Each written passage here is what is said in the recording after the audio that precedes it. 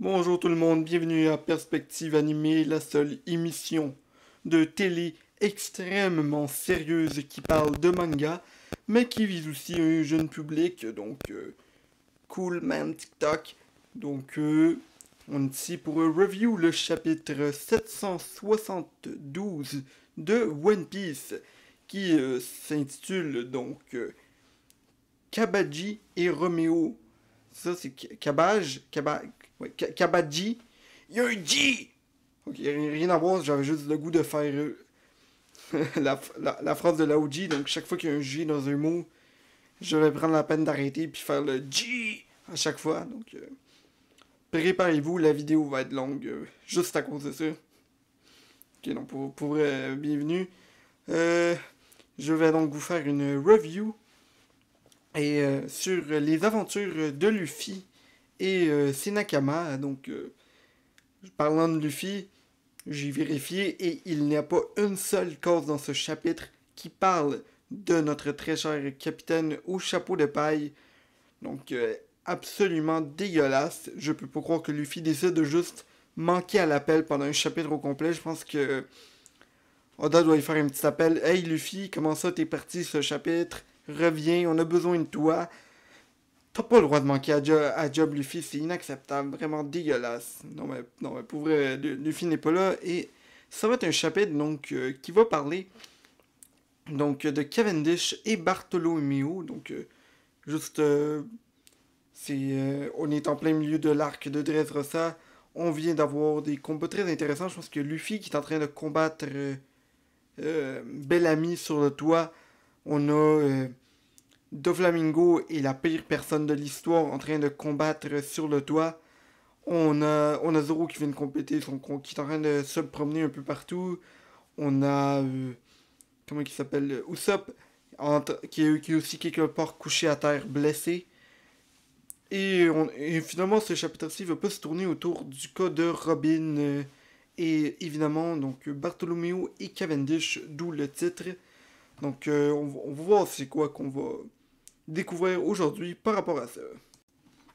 Donc j'ai ici ma figurine officielle de Bartholomew qui va m'accompagner pour la vidéo. Oh, attention, chaîne sérieuse, ce n'est pas une figurine, c'est une maquette personnalisée extrêmement sérieuse, donc attention à ça. Hein. Donc, ça fait bizarre juste de mettre ici dans le coin. On va espérer que ça tombe pas.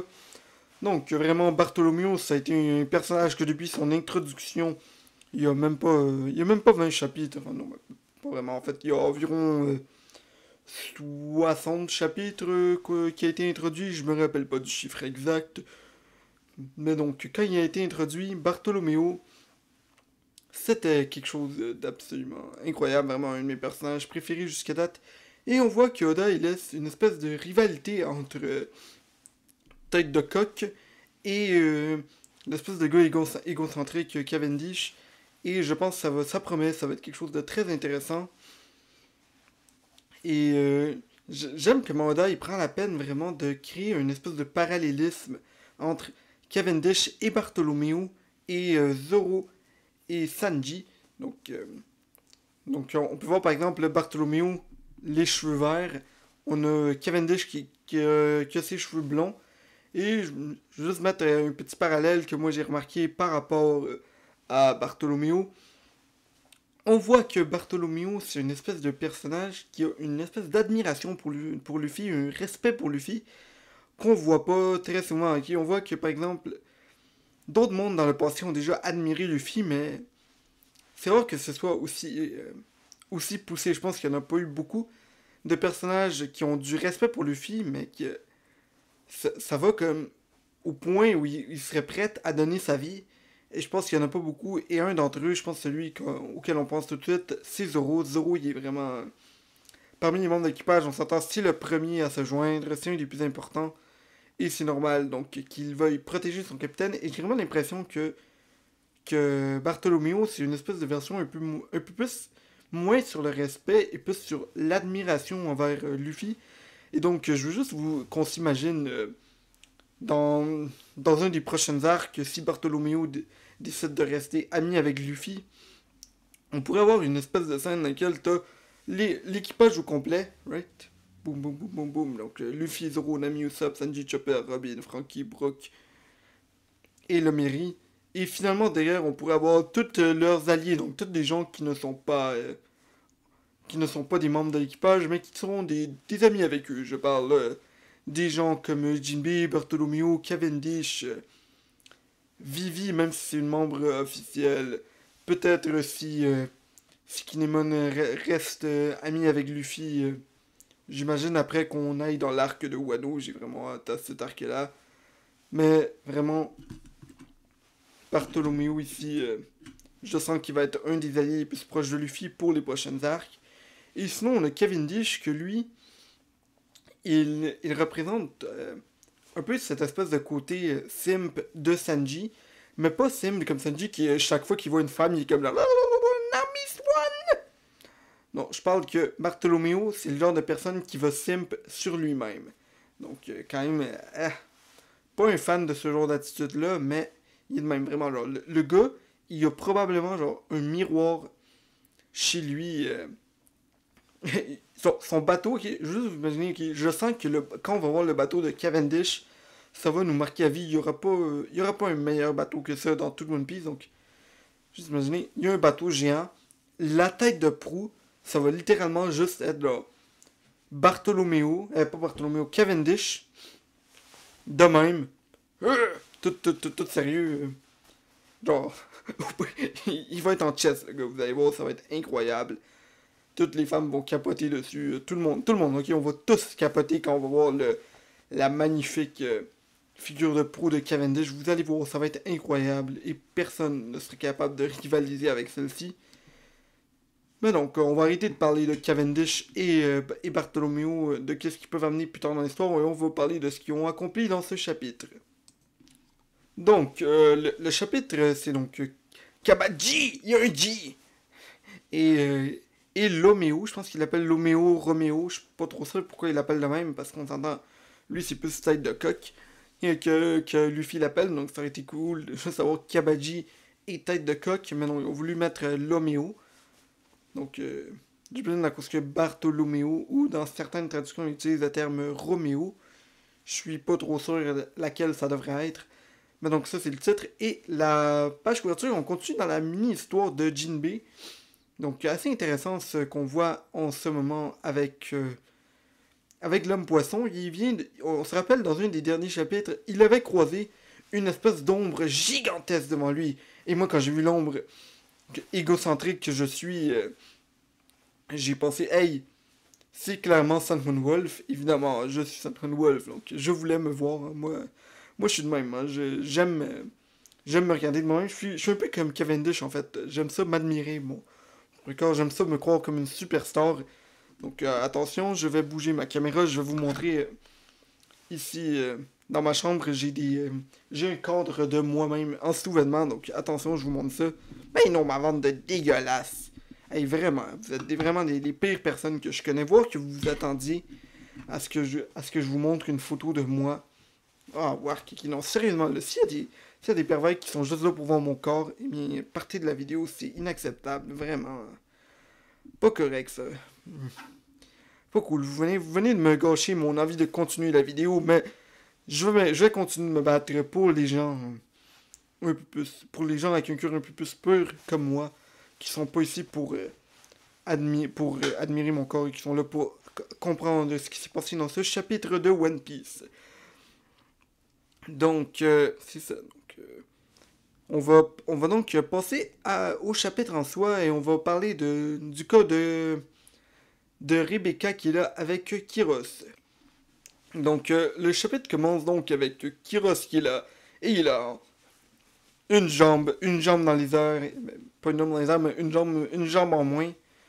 Il est là et il est en train de combattre Diamante et t'as Rebecca qui est là derrière. Et moi, je suis une espèce de stratège militaire de très haut renom. Hein. C'est pour ça qu'on m'a engagé ici. Je suis l'espèce d'expert en combat de perspective animée.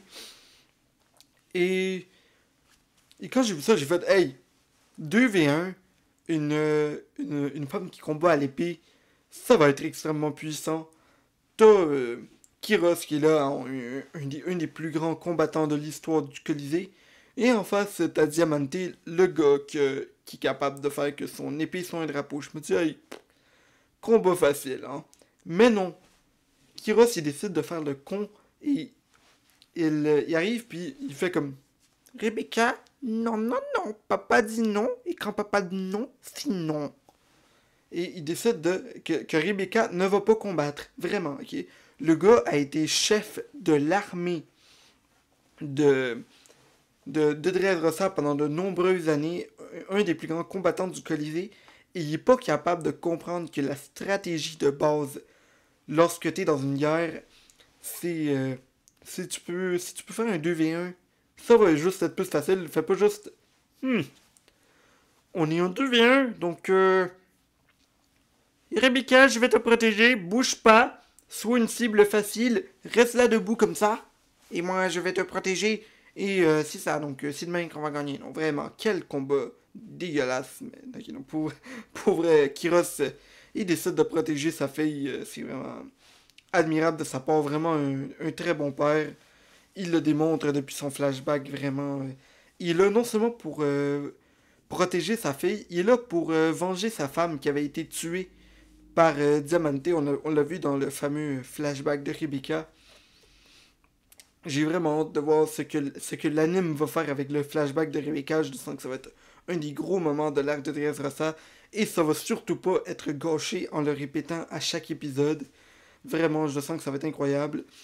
Mais sinon, on voit donc que Kyros, il a cette espèce d'utilité de, de servir comme personne qui est là pour protéger Rebecca, alors que Diamante est en face de lui et il a beau être fort, hein, vraiment, l'homme le plus fort de l'histoire du Colisée. Protéger quelqu'un et se battre en même temps, c'est pas évident. Donc, je sens il va y avoir besoin d'avoir des renforts. Et regardez ma théorie absolument incroyable. On va voir. On a Robin, que je vais en parler dans quelques instants, mais est en train de monter. Et elle se dirige à toute vitesse vers là. Donc, elle est comme là. Et ça va être absolument incroyable. Et donc, Robin est là, puis elle monte. Elle monte. Robin va arriver en haut, puis elle va dire à Kyros, Kyros, t'es un beau père. Ah non, désolé. Kyros, t'es un beau père. Donc, va protéger ta fille. Et moi, je vais arriver, puis je vais combattre Diamante. Donc, tu vas voir, donc, Kyros qui va rester là à l'épée, va bloquer les coups. Pendant ce temps, Robin va envoyer ses coups de poing géants, puis toutes ses attaques légendaires. Et oui, madame et messieurs, on a attendu ça depuis qu'elle s'est jointe à l'équipage. Le moment est enfin venu. Après un très très très grand nombre de chapitres, on va enfin avoir le combat de Robin. Le combat est enfin arrivé. Yes!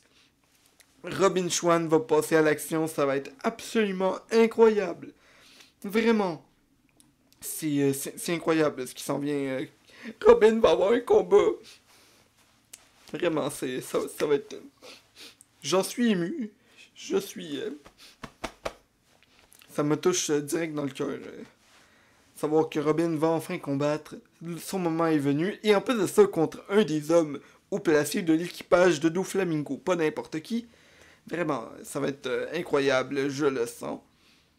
Donc, maintenant, j'aimerais passer à une autre partie du combat. On se rappelle que dans un des derniers chapitres, Lao Ji a été battu par Chinjao. Non, il a été battu par Sai. Et je veux juste commenter quelque chose que Sai et Baby5 ont dit dans ce chapitre qui me fâche un tout petit peu. Donc on est là, puis il y a l'armée. Il y a l'armée Apu. Je parle de Apu dans le sens l'armée dans laquelle appartient Shinjao, Sai et Bu. Je parle pas de Apu, l'espèce de musicien genre dégueulasse. J'espère qu'on va plus le revoir dans l'histoire vraiment. Je pense parmi les supernovas, c'est le deuxième que j'aime le moins. Devant l'espèce de déchet qui est là-bas sur le toit que. Putain. Putain de Trafalgar. Quel truc dégueulasse, mais bon. C'est pas la vidéo pour ça, j'avais promis d'être bon. J'ai promis que j'allais essayer d'être gentil avec le personnage, donc Trafalgar dit Waterloo, meilleur personnage de One Piece.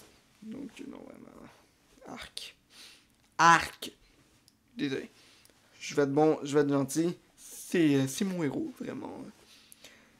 Genre cette figurine de Bartholoméo, elle est dégueulasse. Je préférais que ce soit une figurine de l'or. Ah ouais, je viens de penser à une figurine de l'or, pis... Non, c'est vraiment inapproprié. Je pense même qu'il y a une compagnie qui fait des féminines de l'or, qui est juste pour mettre en contexte à quel point le gars est trash. Je suis désolé, mesdames et messieurs, mais le gars est une poubelle vivante. Ok, non, pour vrai... T'as donc Bartholoméo... non, pas Bartholoméo, mais... T'as... on se rappelle, t'as Sai qui est arrivé... Il a combattu Laoji et il l'a battu hein, avec un coup de sa lance. Donc l'espèce de vieux monsieur sénile qui était là, puis il était comme là... Imaginez-vous, ok, t'as juste un petit monsieur qui est là dans la rue, puis il est là, puis il fait comme... Ji! Genre, il est juste en train de s'amuser, c'est juste un petit monsieur, là, tranquille, normal. Un citoyen de Dressrosa qui est juste là, heureux, puis il est comme là... Puis là, t'as juste Laoji qui arrive, pow! Coup dessus. 30 secondes plus tard, t'as juste... comment il s'appelle? Shinjao qui est là. Ça y arrive, boum, il bat son grand-père. Absolument dégueulasse. Donc, j'aimerais profiter de cette situation pour laisser un de nos sponsors vous donner un petit message et on se retrouve dans quelques instants. Donc, merci donc au ministère des Personnes âgées qui vient passer un message. Bonjour, ici le docteur Bonsens, expert reporter en vieux croulant de perspective animée, et je suis ici avec plusieurs personnages qui m'ont dit « La violence, ça va faire, la violence envers les aînés », et moi je leur ai répondu « La seule violence qui vous est faite, c'est par la dame du temps. » Ils ne l'ont pas trouvé drôle, mais je vous l'ai dit parce que je pense que c'est une bonne petite blague. Donc aujourd'hui, je vous fais un petit reportage sur eux, parce que c'est quelque chose qui me tient à cœur, et non parce que j'ai été payé des millions. Je suis très dur d'acheter pour les associations. Non, je suis très facile. Allez, envoyez-moi les millions, je vais pouvoir vous aider, comme je le fais avec les vieux ici. Et l'association officielle des filles de One Piece qui sont allées d'être en bikini juste parce qu'Oda est un pervers. Donc on va commencer ce reportage. Donc voici ces vieilles personnes qui se disent que ça va faire parce que dès qu'ils sont présents, ils sont supposés être des légendes. Ils sont supposés être forts. Ils sont bâtis comme des tanks. Aucune jambe, juste des bras, ok? Et puis ils veulent se battre. Mais Oda, lui, il dit non. Il dit ça va faire, il dit qu'ils vont se faire frapper. Par exemple, le petit con de Sai qui frappe son grand-père à la tête. Avez-vous déjà pensé frapper votre grand-père à la tête? Pas moi, parce que je n'ai pas de grand-père, j'ai été créé par Dieu. Mais ce n'est pas le point. Le docteur Bonsens pense que ça ne va plus et il faut que ça arrête. Donc soyez avec moi. La violence contre les vieux, ça va faire. Ils vont mourir de toute manière. Avec moi, au compte de 3. 3, 2, 1, la violence envers les vieux, ça va faire, c'est déjà dur de se lever pour eux, ils sont vieux, oui, donc faisons des choses pour les aider, vu que de toute manière, ils vont mourir, et oui, mesdames et messieurs, donc ça va faire de frapper du monde qui se lève le matin déjà comme s'ils avaient reçu 4 coups de poing dans le ventre. Donc là, mesdames et messieurs, c'était tout pour moi, dans le fond, j'ai juste été payé 1 million, je pouvais pas en faire plus. Je suis quand même le docteur Bonsens et super riche. Par contre, une petite confession à vous dire, si vous avez remarqué, j'ai porté une casquette à l'envers. Pourquoi vous pensez? Parce que je suis avec plein de vieux, je me suis dit, si je porte une casquette à l'envers, j'aurai l'air jeune. Et oui, mesdames et messieurs, le docteur Bonsens, ses doctorats ne servent pas à rien. Donc c'était tout pour moi. De retour à San Juan Wolf en studio. Donc, merci, docteur, pour ce magnifique message. Vraiment une personne incroyable. Et donc, comme il nous expliquait, vraiment, c'est mal de frapper les personnes âgées. Surtout que on est dans un manga, ok? Puis dans les mangas, les personnes âgées, c'est des personnes extrêmement fragiles. Faut les protéger, faut les caresser, faut leur offrir notre amour, hein, vraiment. Donc vraiment, c'est pas bien de s'attaquer aux personnes âgées. Et c'est ça donc que Sai a fait. Donc Sai a battu un vieux monsieur sénile, vraiment pas correct. Et il a battu son propre grand-père. Okay? Je vais vous mettre en contexte, ok? On recule on recule, disons, je sais pas ça fait combien de temps, on va dire 20 ans dans le passé, ou 40 ans. Je suis vraiment... On est vraiment mauvais pour les lignes du temps ici chez Perspective Animée. Vraiment, c'est pas notre champ d'expertise. Et donc, on recule dans le temps. Shinjao et le grand-père de Luffy, donc Garp, ont combattu. Boum, boum, boum, boum, boum. On s'entend, Shinjao à l'époque était jeune, il était en forme. C'était un combattant. Garp arrive, Taklao, coup au crâne, la tête de... Je sais pas si... Je peux-tu enlever la tête de Bartholomew? Ben oui, check. Il est juste arrivé, puis il a fait là... Puis il est juste complètement écrasé. Il a écrasé la tête de Shinjao, et Shinjao, là, n'avait plus de crâne du tout. Et là, beaucoup d'années ont passé, Luffy arrive. Il répare l'handicap de Shinjao. Je vous mets dans le contexte, ok? Le gars a vécu pendant de nombreuses années avec un handicap au crâne qui lui empêchait de vraiment obtenir l'argent qu'il méritait, parce qu'il a travaillé fort pour son argent. Et donc il a attendu des nombreuses années, vraiment. C'était quelque chose d'extrêmement important. Shinjao a attendu pendant de nombreuses années, et finalement, Luffy est arrivé, a remis son crâne en place. Donc Luffy a fait preuve qu'il est un excellent docteur, a fait une opération, il a réussi.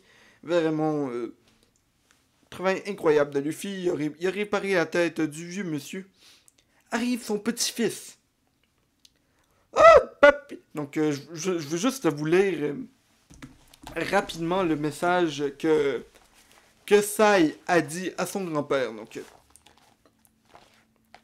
Papy, j'ai vu que ta tête avait été remplacée. Moi, plus tard, je vais être le chef de la Hapunami. Et donc, j'ai décidé que je vais te battre, que je vais casser ton crâne. Juste pour prendre ta place et pour que tu prennes enfin ta retraite parce qu'on est tanné de t'avoir dans l'armée. mais quelle personne dégueulasse. Il a vraiment battu son propre grand-père. Ça se fait pas. Ça se fait vraiment pas. Donc, puis je veux juste continuer sur cet aspect-là. T'as Baby Five qui est là. Puis elle regarde donc Shinjao. Puis elle dit... non, elle regarde Sai puis elle fait comme... Sai, je vais préparer notre mariage et je vais en profiter pour préparer les funérailles de Shinjao. Puis moi je suis comme... Ah non. Vraiment, Baby Five, c'est pas correct ça.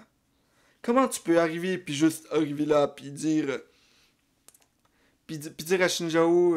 Shinjao, tu vas mourir. Mais non, le gars est encore en vie. Tu dis pas à une personne âgée qui va mourir. Tu l'aides à continuer de vivre sa vie. Ça se fait pas. Vraiment. Puis moi, j'y croyais pas beaucoup à la relation de Sai et Baby Five. Et maintenant que je vois ce qui se passe avec... avec Shinjao, puis tout ça, puis Laoji, puis je me rends compte qu'ils sont faits l'un pour l'autre. Pourquoi? Parce que c'est des personnes absolument dégueulasses. Vraiment, s'attaquer de même à des personnes âgées, ça se fait pas. Donc maintenant, on va passer au gros du chapitre, là où se passe la plupart de l'action, vraiment facilement les 2 tiers du chapitre, et t'as donc Bartholomew et Cavendish en train de combattre Gladius. Donc Gladius, il est là. Et juste vous mettre un petit contexte, il est là, puis il est comme là. Il enlève ses crottes de nez, puis il les lance partout, puis ça fait des explosions.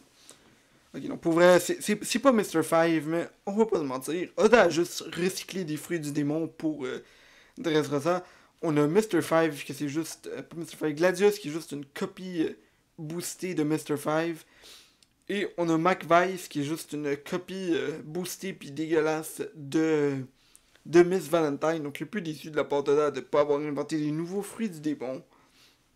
Donc, mais rendu là, c'est pas grave. On va passer à autre chose, je le respecte, Oda. Et donc, Gladius arrive, puis il arrive, il enlève ses crottes de nez, puis il les lance. Puis il fait comme... Ok, c'est pas des crottes de nez, mais vous savez, hein, il lance des explosifs. Et ça s'en va en direction de Robin Senpai. Et oui, donc attendez... Ah, attendez, je vais... C'est pas assez juste savoir Bartholomew avec moi. Je vais sortir le cosplay officiel de Perspective Animée.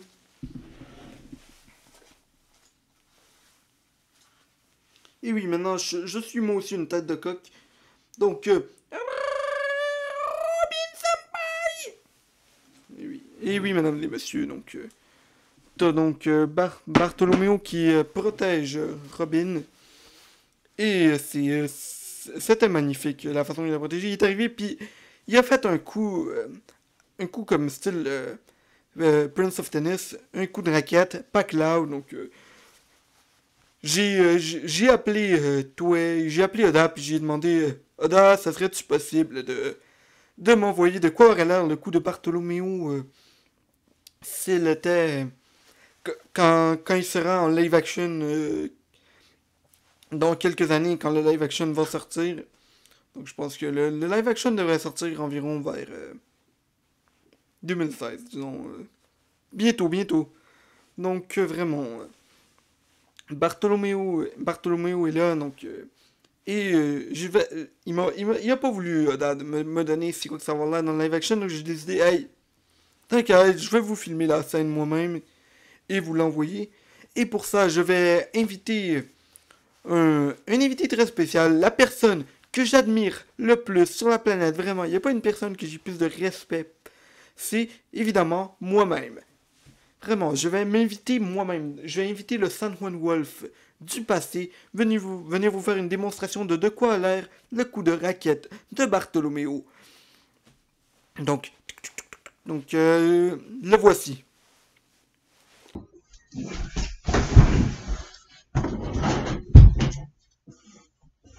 Burning! Eh bien, merci San Juan Wolf pour avoir fait ce saut. Vraiment, il est incroyable. Le San Juan Wolf du passé était vraiment assez en forme pour être capable de réussir un coup comme celui-là.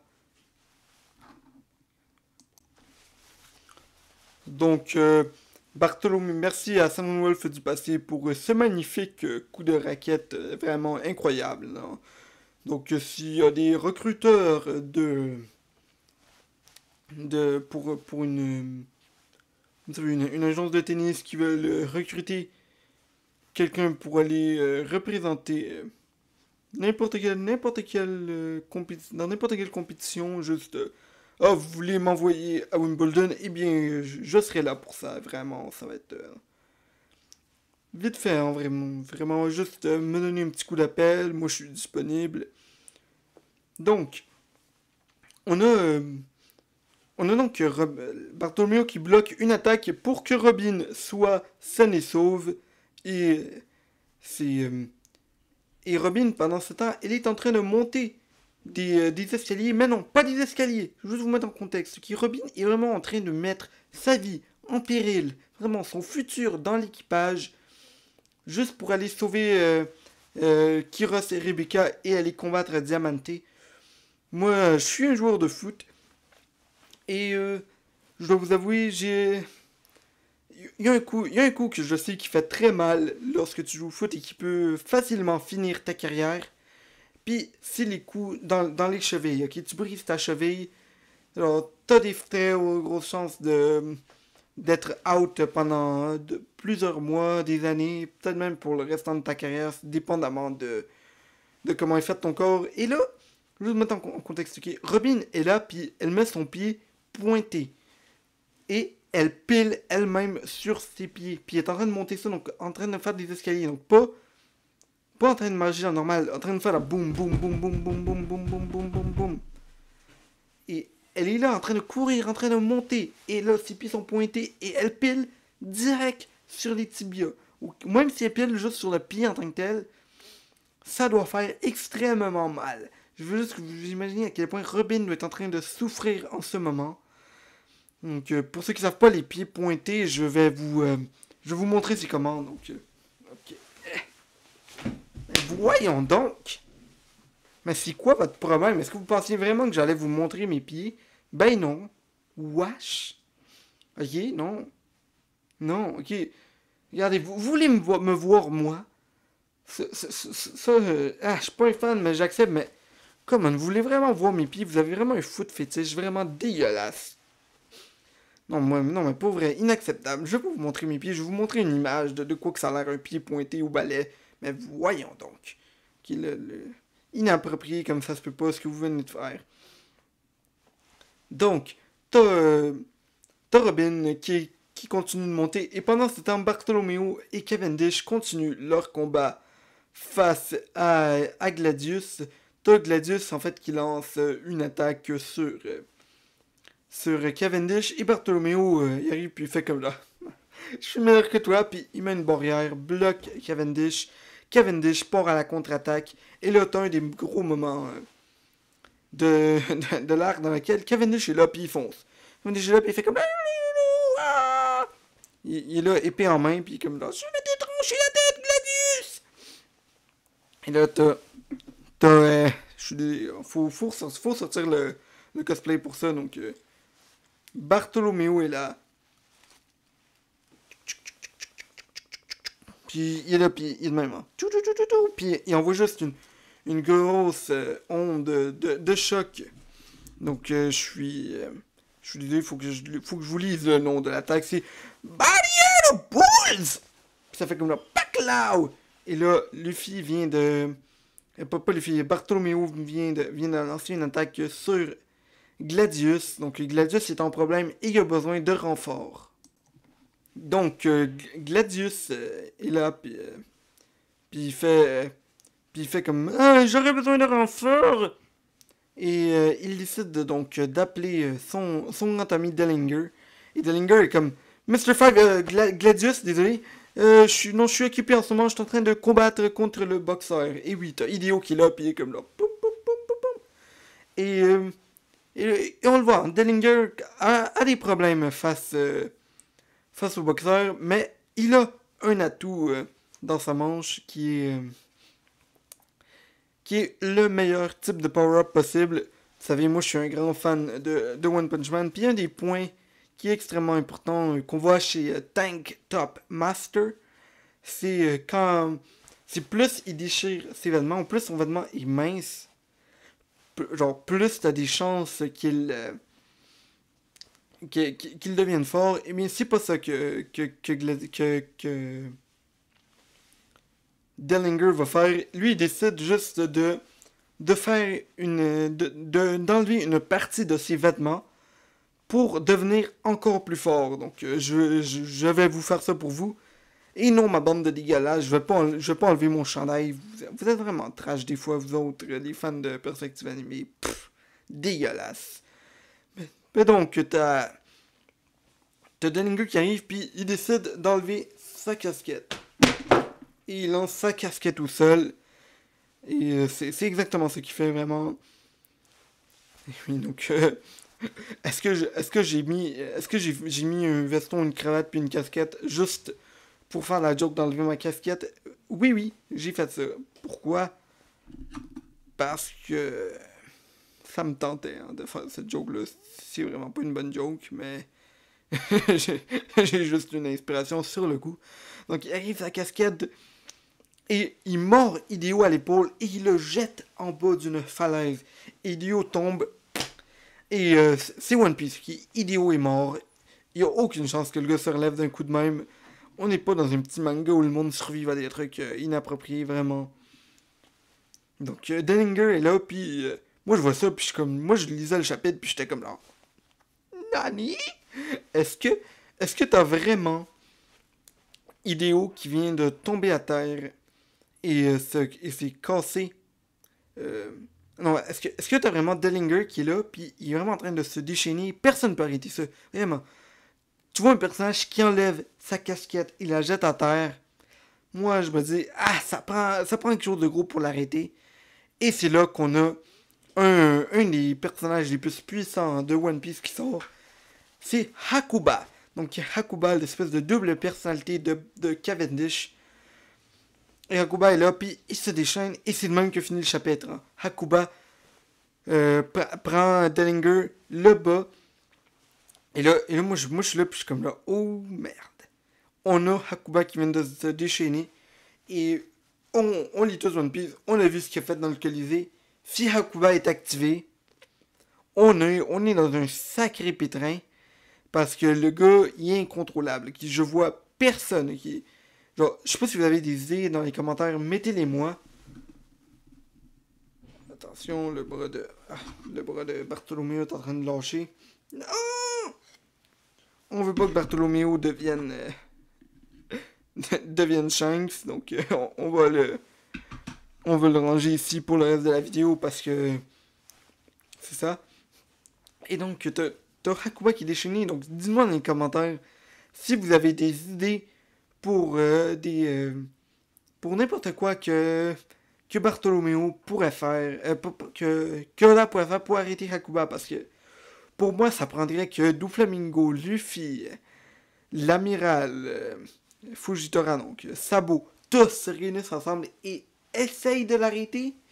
Parce que, sérieusement, dites-moi dans les commentaires si vous avez des idées de qui pourrait arrêter Hakuba, qui se déchaîne vite de même. Moi, j'ai legit aucune idée, donc... dites-le-moi dans les commentaires. Et on se retrouve la semaine prochaine pour le chapitre 773. Likez la vidéo, abonnez-vous, et on continue pour ces reviews à la semaine des chapitres de One Piece. C'était Sun Wolf. Bonne journée tout le monde. Et Sun Wolf, j'espère que vous avez aimé la vidéo. Donc je voulais juste vous faire une review de chapitre de One Piece au hasard. Je me suis dit ça pouvait être une bonne idée de juste faire n'importe quoi dans une vidéo. Donc si vous avez des idées de chapitres de One Piece que vous voulez que je review, je vais juste vous dire hey, review le chapitre 45, bien je vais le faire. Si vous voulez juste aller chercher un chapitre au hasard dans One Piece puis me le donner, même si c'est pas un chapitre important, allez-y, regardez, on vient de voir un chapitre dans lequel Gladius a combattu Bartholoméo, là. C'était pas non plus un chapitre iconique de One Piece. Et je l'ai vraiment choisi au hasard avec un truc qui randomisait les chiffres. Si vous voulez me donner d'autres séries, vous avez le droit. Juste me spécifier, par exemple, dans les commentaires, vous me dites hey, peux-tu me faire une review de tel chapitre de tel manga? Moi, je vais vous dire ok. Je le fais, ou bien je vais vous dire non parce que je suis pas à jour dans ce manga, ou non parce que je lis pas ce manga-là du tout. Ou peut-être si vous me dites, par exemple, vous me dites hey, je veux que tu me fasses un de My Hero Academia. Moi, je vais vous dire, okay, si c'est le chapitre 100 ou moins, je vous le fais, sans aucun problème. Si c'est 100 ou plus, je vais juste demander à Tano de le faire à votre place, puis il va vous faire une petite review de même. Donc, vraiment, ça va être parfait comme ça, puis sérieusement, j'espère que vous avez aimé la vidéo. On se retrouve très bientôt pour une prochaine vidéo. Bonne journée tout le monde, et dites-moi quel chapitre que je fais pour vous.